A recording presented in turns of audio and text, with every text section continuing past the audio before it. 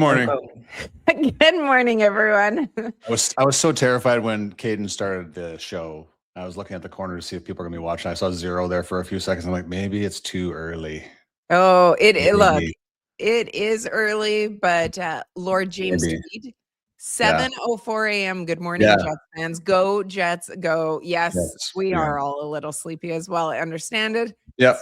Well, I brought the coffee. Hope you have yours as well. Good morning to you as well. Good morning, Jets fans. As we get you set for this afternoon's game, yes, a very early check-in. I think this might be the earliest one that we've ever done yet. Fred. That's him. Fred, we're going to have to dive into what you're doing up at 6 a.m. and already on a Saturday. That's right. We're looking forward to today. So back-to-back afternoon games. It starts with Pittsburgh. Obviously, this afternoon, it's going to be a noon Central start. The Jets have had success against the Metro Division so far this season, so hope that maybe it will translate into today because the Jets come in after a disappointing loss in Boston. A lot to unpack from that game in Boston because Scott O'Neill's asked about it afterwards. So was Brad Lambert. They had a 4-minute power play. And with the Bruins' best player in the penalty box with David Pastrnak, with that 4-minute double minor, and they had their opportunities.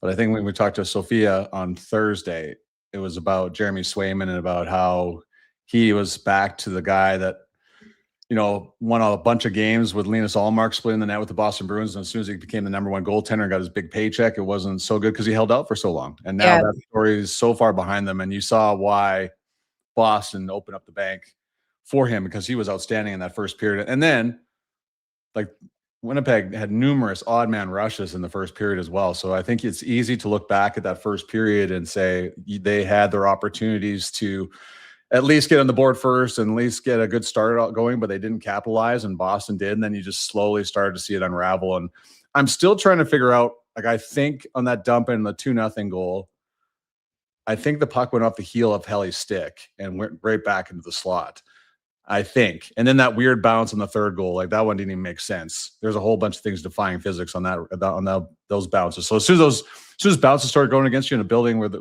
TD Garden, it's hard to overcome it. And we saw a little bit more in the third period, but by that time it was too late and Boston just took over. So it's when you don't capitalize on your opportunities against a great team like Boston, especially on the road, it's hard to win games. Well, and we had talked about it before the game with Boston I believe it's the second best home record in the NHL. They are it was by 1 point or something. They're an incredibly difficult team to play against there. And so but disappointing still to see that when it was another game where and you wouldn't know this, but going into the game, obviously, or when it finished, but it was another game where so many other teams around you lost. You have that opportunity to be able to move up maybe a little bit. And yes, look, it's at sitting between, depending where you go, between 4 and 6% chance that the Jets are going to make it. We know that, look, the odds are very much against the making of, but if what your goal is to try to do everything you can in your power to close that gap, it was a missed opportunity for them. It was disappointing to see the results. So now you have to regroup and move on. And so we're looking for Dan Robertson's going to join us in just a few minutes. And then we also have to talk about Pittsburgh with us. Who do we have on? Josh Getzoff is the play-by-play voice of the Pittsburgh Penguins. Listen, Pittsburgh, I think, was another one of the teams that are surprising this year because they were 100%. They're not even close to a playoff team last year, and it looked like the rebuild was on. But here, lo and behold, they're still where they are in the standings and didn't have Sidney Crosby for 4 weeks. That's the incredible part. You missed Malkin for 5 games. He just came back from his suspension as well. But in some ways, they were criticized, I think, from people with keeping that. Kyle Dubas was for keeping that core together again. Yeah. That we know the success that core group has had. The Chris Letang, Malkin, Crosby. You can even throw in. It's only been a couple of years, but Erik Karlsson. They're all older.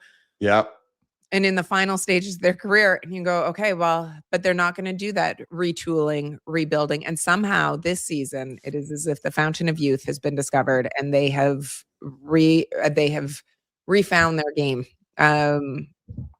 with what we haven't seen in the last couple of years. So we are going to talk a lot more about them. As we mentioned, those two, looking forward to having Dan and Josh help us out to get it set up. But we do want to go, you mentioned Scott O'Neill's comments after the game when talking about the missed power play. He was also asked just about, obviously, the loss. And let's hear from him after that game in Boston. I think I liked our first period. Execution started to deteriorate after that. I thought that, we had plays to make, whether that was breakouts, whether that was entries. We had some odd man looks on the power play. Our execution wasn't real good. And then, then we, as the game went on, as it got to 3-0, it was still a game, but at the end of the day, we just, we didn't execute, and then our compete level dropped. And as soon as you drop your compete level against a team like that, that's the end result you're going to get. I don't know the answer exactly. I just know that we haven't done that. I haven't seen that since the break and coming out of the break. And to me, that's just that's something that, with coaches, with our leadership group, we just got to focus and make sure that doesn't happen again. That you never know in these games. You stay in these games, and we've done it before where we've been able to get them to overtime and whatever whatever we have to do. I just that's a one-off hopefully, because we got turn around. We got 2 back-to-back afternoon games, 3 and 4 nights, so it's no time to dwell. We got to get focused again now on Pittsburgh. Exactly what we said, basically. Yeah. I do like how he points out that the compete level dropped a little bit. Yeah. And I think and it was a fair way of explaining how things kind of unraveled as bad as they did, because I know some of the questioning was didn't feel like a 6-1 game, but to me, watching it felt like a 6-1 game, if that makes any sense. It just, you give Boston anything now, or a team of that quality, they'll make you pay, and they did just that. So it's, again, going back to the opportunities they missed earlier in the game. Caden, why don't you throw up the standings, because here's where what Sarah was touching on a little bit earlier. There's some missed opportunities here. Like you're still 5 points back. Seattle's flailing right now. Nashville's the one team that keeps winning. So Seattle's been inconsistent. LA's hit or miss some on days, but and San Jose is just a young team trying to fight their way into the playoff situation. So it's just. And don't forget, St. Louis is kind of sitting right over top, but behind the Winnipeg Jets in the rearview mirror as well. So it's not they're kind of still in the picture. But man, like again, a missed opportunity and even more pressure on the Jets. It feels like they have to win this game today and again tomorrow in New York. Yeah, absolutely. And look, the good news. I mean, if you want to look, we understand the challenges of playing 3 games in essentially 3.5 days. I mean, they did it last week as well. We know how that final game against St. Louis, although they were able to pull out the win, it was St. Louis, wasn't it? Was it yes. St. Louis? Yes. Yeah. that homestand was so long. Yeah. And it's only 2 games ago, but it feels like so much long ago. But about how they were running on fumes by the end of it. Well, so they play today in Pittsburgh. They play tomorrow in New York, and then they'll be coming home. This is a game that they have to win. New York struggles mightily at home. As good as Boston is at home, New York, it's not the only team with fewer home wins than New York is the Vancouver Canucks, and neither of those teams have hit double digits yet in terms of wins this season on their home ice. So we'll see what happens. We'll see what happens with it. But they go into this game today. We don't know what the lines are going to look like. And before Dan comes on, I just want to quickly ask you, Jamie, we saw the blender go out, understandably. Love the blender on Friday night. Okay. So, and then yesterday it's an optional skate. And, Mike McIntyre wrote a piece in the Free Press about how in years past, in years being, a number of years ago now, you would have seen after a game like Boston, you would have seen a really hard practice the next day. It was an optional skate yesterday. There were no lines shown. We don't know what that's going to mean. Could Neil Pionk be coming back into the lineup today, tomorrow? We'll have to wait and see. But we saw Hayden Fleury didn't play a lot of the third period.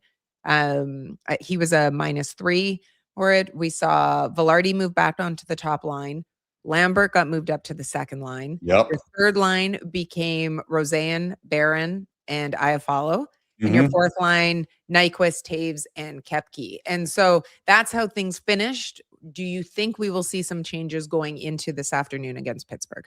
Wild guess before we bring on Dan Robertson, I would say probably yes. And then another thing, Elias Salamonson played with Josh Morrissey. So yes, sorry, forgot about that. Yeah. While there are so many changes, it's hard to list them all, Sarah. So and remember them all. But I love, like, eventually Brad Lambert has to get his shot at the top 6 because you have to see what you have. Roseanne, you have him for a while, but you really, and you know, he's 22. You can kind of see what he is. And you can wait a little bit more, but you have to figure out what Brad Lambert is.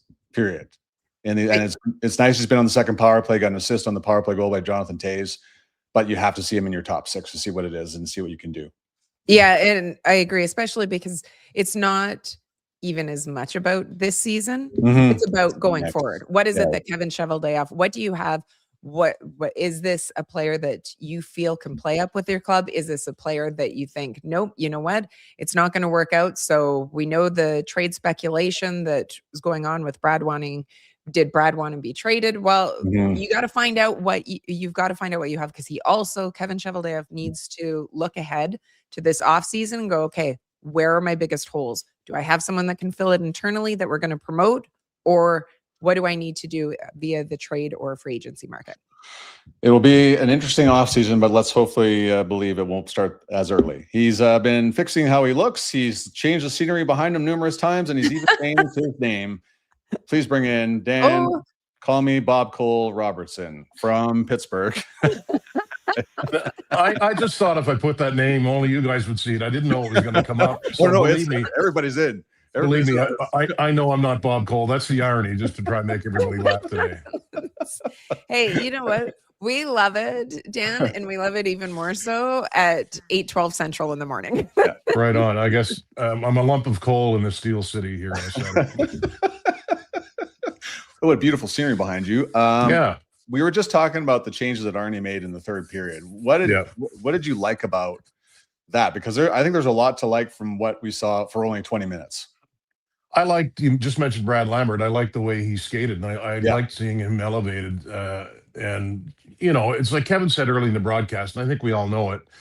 He's been on the fourth line, speaking of Lambert, but ultimately, if he's going to play in the National Hockey League, he's not going to play on the fourth line, probably not the third line either. Yeah. So I like that. Arniel needed to do something. He needed to mix something up to try and get a spark. I think they'll probably start the way they started in Boston, because I think they'll do that until they feel that they can't get into the playoffs. And then I think it's going to be kind of an open audition for the likes of Lambert and a little time for more experimenting. But and I don't want to blow things out of proportion, but I like the way he played. Speaking of Lambert, like he and I know part of it, he had a nice setup on the power play, teeing up Salamonson, who was really good too, I thought. So those are a couple of bright spots. But at some point when they kind of wave the white flag, I think there'll be more mixing and matching. But it was encouraging in a way for me to see that go on in Boston. Dan, I know that we've spoken about on the broadcast before Morgan Barron, especially during that homestand, whether it be during intermissions. I mean, obviously you were calling it, but between Salamonson and Barron, for me, those are two of the bright spots that I have seen in particular. And you could go top line, but top line is what it is. We know what they are. I think to see the progression for me of Morgan Barron, especially as the season has gone on, the games haven't gotten obviously any easier. The pressure has increased that much more. And then for Salamonson to come in and do what he's done, to me, those are two bright spots that Jets fans can really at 8 o'clock in the morning, my words are failing me, can really grab onto though right now. What do you think about the way that the two are? And do you agree, or is there someone else that you look at and you go, yes, this is a bright spot for the future? Oh, I agree with those two, Sarah, for sure. And I'm biased. I admit it. I'm from Nova Scotia. Morgan is too. So even before I had this job, you have to. Well, it's true. We're a small group, but honestly, the question for me with Morgan, and he's thrived this year. And I know a lot of people say, make him second line center. Like, could he play? Could he be effective with Perfetti on a wing and maybe someone else, maybe a Velarde or an Iafallo. Would that work? What is his long-term sort of role? I think he would be a terrific third-line center. I don't know if he has the playmaking abilities. I'm not trying to run him down, but to be your sort of quintessential second-line center. But what I see in him is a lot of the things that the Jets need more of, and that's speed. He's a powerful skater. He's a good, reliable two-way guy. I don't think the numbers will ever be huge, but I don't think they necessarily have to, because I think he can drive play to a certain extent. And I think if and when they are out of the playoff spot for sure, and they've kind of conceded it in a sense, I think we'll see him elevated in the lineup. Now, I guess the counter side of that argument is he's thriving in his role, so why take him out of it? But I want to see him get more of an offensive chance. I've really liked Salomonsson.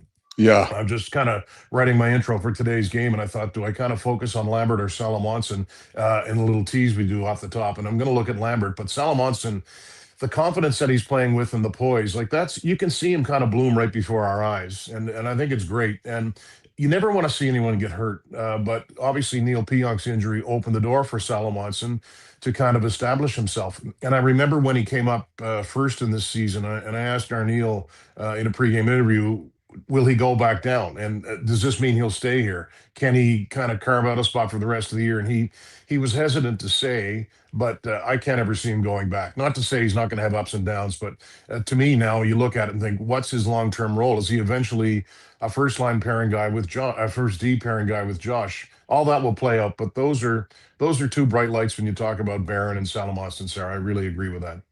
It's been such a crazy year, Dan, in terms of like predicting how the standings were going to finish. Obviously, we never thought the Jets would be where they are right now, but think of everything that's happening in the Eastern Conference right now. Buffalo, Pittsburgh, Detroit, where they're all sitting. Columbus. Right, and Columbus, yes, who were I can't believe they've worked themselves in the playoff spot for a little bit. But let's speak for the Penguins specifically. As you focused on them, what has kind of stood out to you for how they've managed to pull themselves up in the Metro? Well, it's pretty fascinating, right? I think leading into the season, there was so much talk, and I laugh because it's ridiculous now. Will Sidney Crosby be traded? You kept hearing this Crosby to Montreal. I'm thinking he's not going to go anywhere unless he says he's going to go somewhere. But they've been a huge surprise. And just taking a quick look, I mean, their special teams have been superb. There's guys who are having bounce back seasons like Evgeny Malkin, Anthony Mantha. Brian Rust is kind of a guy who you don't think of. He's not a superstar, but the guy is going to get you 20 or 30 every year. So you often see people getting Jack Adams votes as head coaches for teams that maybe overachieved in a sense, and probably Dan Muse will get some of those votes, but they're in a good spot. I did not expect them to be there. They've it's kind of a no-name defense after Carlson and Letang. Carlson's been outstanding. Letang maybe not so much, but they're right in the middle of it. And Sheloff's has been pretty good too. And Kyle Dubas has done a good job stockpiling draft picks and making subtle little moves. I mean, he got Chinakhov from Columbus, who's got a real heavy shot. He's a good goal scorer. So, and I think, if I'm not mistaken, I'll double check, but if the playoffs were to begin today, they would play Columbus, and they're really good rivals. They're not that far away geographically. So it's been one of the real positive stories in the NHL. And I'll say this too, and Kevin would say the same. Crosby's back today. I always feel privileged to be able to watch him play live. So he played in Carolina in a wild one the other day, but we know he's the constant. So it's 21 years, 21 straight seasons where he's had a point per game or more, which is unbelievable. Crazy, man. Like it's what he has done to do with us. And they were talking about the World Cup roster in 28, and some guy was saying, don't be surprised if Sidney Crosby's still playing in 28. And they had asked, there's a rumor that he could be the general manager of Canada, setting things up in 2030. And then another comment was made that he could be well on that team in 2030. So you look great, buddy. I'm glad you got some beautiful scenery behind you, and appreciate everything you do. And good luck going forward with the name change. We will continue to call you Bob. Yeah, I think it's probably trademarked. Again, I didn't know that was going to come up. It's good that I wrote that and not something else that would have got me in trouble. I was going to write Jamie Thomas, but I thought that would be too much for the world to handle. We don't even need. There's no other Jamie Thomases out there. Trust me. There's only one. Thanks, guys. Thanks, Dan. Okay, Dan. Dan Robertson joining us, of course. And I imagine he likes calling games early too. I would think so. There is no pregame show as a heads up for everyone, there is no pregame show on TSN. There is, of course, on CJOB, so you can tune into that. But otherwise, 12 o'clock noon is what time TSN's coverage will come on, and TSN has both today and tomorrow's games. That's well. Is there a game you guys don't have for the next little stretch here? It does feel like quite a bit. You know, one of the things that's impressed me, just I'm not sure whether or not Josh is there, but the job he is. Okay, then we'll bring him on in just 1 second. But the Pittsburgh Penguins have had a lot of success, as you know, from having called so many of the games as well on home ice against Winnipeg. So that's something that Winnipeg's going to have to buck the trends of. But we heard Dan mention Dan Muse, who's in his first season as head coach of the Penguins, and the turnaround that we have seen from where they were last season to this season is impressive. Yes, a number of players have, rediscovered their scoring touches. The scoring is up considerably, but they have already matched their win total from last season with 14 games to go. So Insane. Yeah. And it's a great, I love Pittsburgh. I think it is one of the most underrated cities in the US. I used to love when we lived in Toronto. We would often, when I'd have to go down and cover stuff in Pittsburgh, whether it be the Penguins or the Steelers, we would drive down. My husband and daughter would come with me. Great children's museum, good food. I've got so much time for that city. Josh is just shaking his head. He's like, yes, I can tell you. Let's bring him in. Let's hear about it. Let's hear him agree with you for a little bit here off the top. But what else can you tell us about the beautiful city of Pittsburgh? It's such an underrated city, Josh.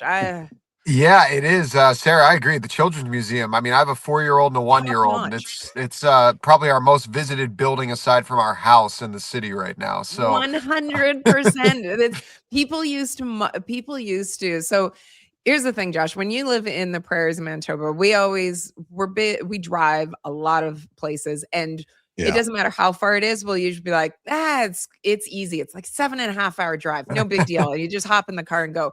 Well, Pittsburgh was, I don't know, about 4.5 hours from Toronto. And so every time I would refuse to fly, and we always drove.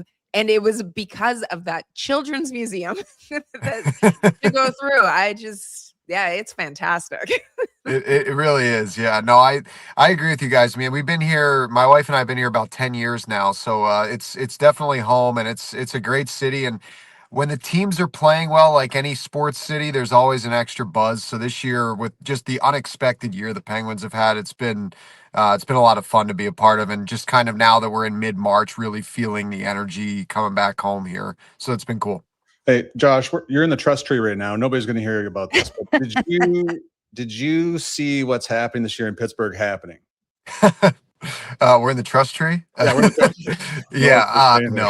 No, none of us did. I would say this: when we looked at our team coming into this year, I think the common consensus was, this team's looking for the number 1 pick. They're going to be one of the worst teams in the league. I truly didn't feel they'd be that bad. I actually was a little concerned that they'd be in that mushy middle spot where you're not necessarily adding an impact higher end draft pick, but you are getting the 15, 16, 17, which, for some teams, that's not a bad deal. But for where the Penguins looked like they were at coming into this year, that's not exactly where you want to be. So I didn't necessarily think they'd be at the bottom, but I certainly didn't think, they'd be 8-9 points from first place in the Metro and first place in the Eastern Conference here in the back end of March. So they've been an unbelievable story. Just like the Jets had a great start to the year, they had a little bit of a dip, but pretty much since Christmas they have been top 5 team in the league in most categories, and they've been consistent without some big players. It's been a lot of fun. It's been a really, really cool story to just watch unfold this year. So what do you attribute that to? A lot of it has to do with Dan Muse. Yeah. And that's not a knock on Mike Sullivan. I think we can all kind of agree that, he was here for 10 years. It ran its course. He was unbelievable during his time here. He brought 2 cups to the city. He coached through a lot of difficult challenges as far as injuries and players that came in and out of the lineup and stuff of that nature, and just maintaining that standard year after year. But after 10 years in a league like the National Hockey League, you don't find many coaches, except if you're, John Cooper or Jared Bednar at this point, that are hanging around, a decade into a stint with a team. So I think the change, while in the moment, it was a little bit of a shock, even in the sense of maybe I don't know if shock's the right word. It was expected, it needed to happen, but just not seeing him on the first day of training camp and not seeing him behind the bench for the first game and actually being on the opposite bench that first game because the Penguins opened against the Rangers was a little weird, a little jarring. But Dan Muse has come in here and he is not a rah-rah guy, but he's such a team concept guy in the sense that everybody feels like they're truly in on this thing together. He had a couple preseason gatherings with the players and the coaches and the staff that I think really kind of hammered home some of his philosophies and how he was going to run this team. And even since then, just being on the periphery, and you guys know, I mean, as a broadcaster, when you're around the team, you're a part of the team, but you're not in the room. You're not going through those major moments that happen within a game and everything. He's done an exceptional job and maybe even an unnecessary job of bringing us to be a part of some of these things, whether it's on the road, making sure we're part of the group that goes out to grab dinner or just, meet up after a skate and have a longer conversation. And I think that kind of personality and that kind of approach, one, it's been different, and two, it's been a whole team kind of feel to it. And I would say there's no more of a greater emphasis than when you look at our team's time on ice. I mean, it's very rare, especially with how the Penguins, were ran in the past, and you would understand it. They've had top heavy teams and some superstar players, but to see our fourth line getting 12, 13 minutes on average a night, this is every guy pulling the rope type of situation, and it has worked. They've bought in, they've gotten results, and it's been fun to watch. Josh, I know you get asked this question a lot, and it's for good reason. Dan Robertson, the play-by-play voice of the Winnipeg Jets, as you know, just talked about the privilege of being able to call games with Sidney Crosby in it. What has it been like for you to be around him all the time? I haven't been around him near as much, but I remember at Four Nations Faceoff, just standing around him and being beside him and watching him how he operates, even for just 10 days, was incredible. So I imagine it must be even more incredible to do it all the time for part of your job. It is, Jamie. I mean, it's still one of those things that I'll say his name, like even this afternoon, I'll say his name calling it, and I'm like, wow, that was cool. But that's kind of the impact that he has. I mean, and you meet a lot of people throughout the ranks of the league or just Penguins fans in general. It's always the first question. What's Sidney Crosby like? Who is he? What's he like? And I mean, who is he? I think he craves to be just a regular guy, but he's obviously not. So if you approach him as such and you handle him as such, when you talk to him away from the rink, you can build a relationship with him. And I feel like that's been part of the reason that I've been able to grow closer with him over these years. But, it's as far as just the opportunity to call him, it's something that's not lost on me game to game. And honestly, with the stuff that he's had going on here for the last, handful of years, where it's breaking records, setting new records, just, reaching milestones that only have names like Gretzky and Lemieux and those types of names attached to them. It's added even more of a magnitude, I think, to just how impressive he's been and how really much of an honor it is to call him in action. And there's Evgeny Malkin too, and Erik Karlsson's coming to the fold the last couple years, and these kind of guys, they're unicorns, and it's really a cool situation to get to be around them. But Sid is definitely one, just a unique kind of person and player, but two, I mean, I'm sure you hear it when you talk to guys on the Jets or even guys around the league. Everyone has an impressive thought about him. Like they're blown away by his existence, or if they get the chance to play with him on Team Canada and the Four Nations and the Olympics, they can't speak highly enough about it. And being around him as much as I am, I don't take that for granted, but it's always a nice refresher when you talk to other players that have been with him, not in the Penguins capacity, just how impressed they are by him as a person.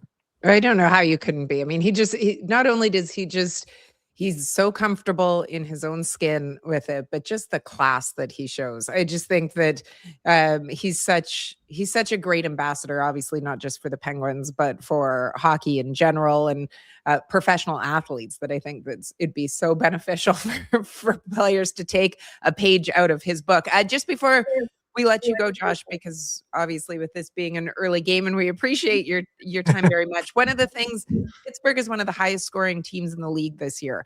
It's an area that they've really improved upon since last year. I think that they're maybe around 7th in the league. averaging about 3.44 goals a game. But they've been able, and they've scored at least 4 in 5 of their last 6. How have they been doing it? What is it that's changed, or is it just people have rediscovered the fountain of youth?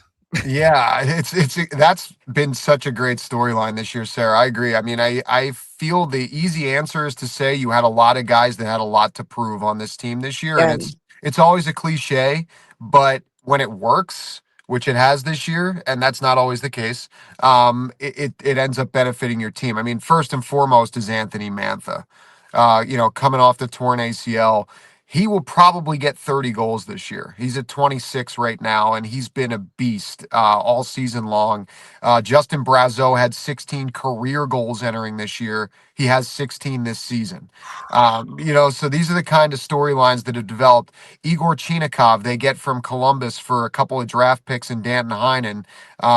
And he was always, because we saw him a lot in Pittsburgh, we knew that there was talent there, but you never expected it to pop to the level that it has since he's come on board with the Penguins, and he's meshed incredibly well with Evgeny Malkin. I just think the depth in general has been productive and impressive, and Dan Muse has found lines that have worked like pretty much from night one out of the gate and have been pretty. There's been injuries, there's been movement time to time like any team has, but there's been at least winger center combinations or 2 winger combinations that for the most part this entire year have spent the season together. And I think that that's been a huge thing. I mentioned that he likes to roll the lines. I just think that's allowed a lot of guys to stay in the flow of the game. And, you're not playing the Crosby line 26 minutes. There have been those nights, sure, but more often than not, and I would bet today's another example, you'll see Sid clock in somewhere around 18 to 20 minutes, and you'll see Connor Dewar, Manitoba boy, playing somewhere between 13 to 14 minutes. And that's kind of how it works. There's not a major disparity within the lineup, and it's allowed guys to stay, within the realm of the game, not feel like their first shift out there in 10 minutes is too fast for them or too out of sync. And they're able to produce as a result. And I just think it's been, it hasn't really been rocket science, but that's as simple as it's been. The guys are doing what they should be doing in contract years or prove it years type of thing. And there's just been a good flow to this team. So it's been fun to watch. Their schedule, like every team in the league, is busy and brutal right now, but they found a way. And now having, Sid and Gino back, I think that there's a lot of hope that after this 3-year hiatus, they can get back in the playoffs this year. One last one before we let you go. I know it's far too early to be thinking about this, but hang with us. It's time for Soup's On.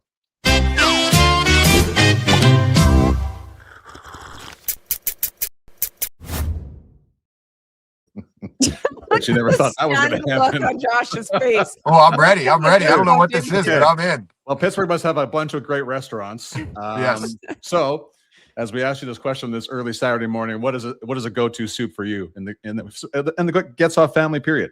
Oh, go-to soup. Okay. So first of all, it is early, but my little guy had a skating lesson at 7 a.m. Central Time, so I've been rocking and rolling for a while now. Yep.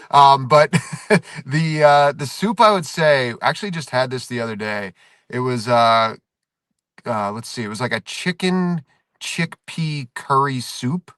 Nice. Oh. Haven't had that in a while, and it was actually right after we got back from this last trip. There was some left in the fridge, and I heated it up, and I don't know, something about curry that when it's cold outside, it tastes really good. So Yes. I would throw that one out there. Also, cream of cauliflower I had the other day, also pretty good. Oh, Yeah. We haven't had that one yet. Two new soups to the conversation, my friend. You know what? If I can add something new, that's all I'm looking to do, guys. Hey, man, thanks so much for your time. Thanks for coming on so early. Have a great call today, and make sure you give Dan Robertson a hug for us. Oh, I will. I've always loved seeing the big teddy bear that is Dan up there. So I absolutely will, guys. Thanks for having me on. I'll see you soon. Take care, Josh. All right, see ya. All right, Josh driving to the rink and joining us. I'm just kidding, he's not. But so that'll do for this one. Yes. Yeah. You guys, it's so great to see so many. He does have exquisite soup taste. Yes. Ooh. And I like what's your favorite sandwich? Well, yeah. You know what? Look, Adam. we can only turn this so much. Adam. Do you not remember? Adam, you might not have been on when Paul Edmonds made fun of us yesterday for turning, or on Thursday for turning this essentially into a food show. So we have to limit what we can do. I love how he makes fun of us though, but then he's like right into it as soon as it starts. He's the genesis of the whole soup thing, so it's his fault. All his fault. Yeah.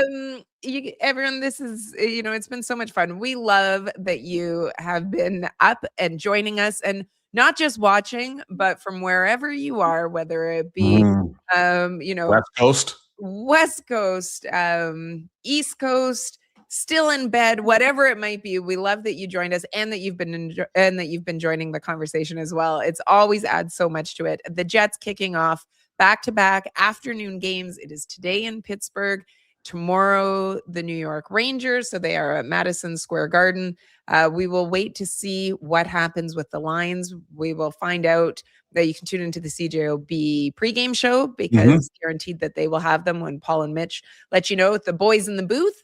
The broadcast starts at noon on TSN if you're watching on television, and we'll see what happens with it. It's disappointing the way that things went in Boston. How do the Jets respond? There will be lots for us to talk about tomorrow, Jamie.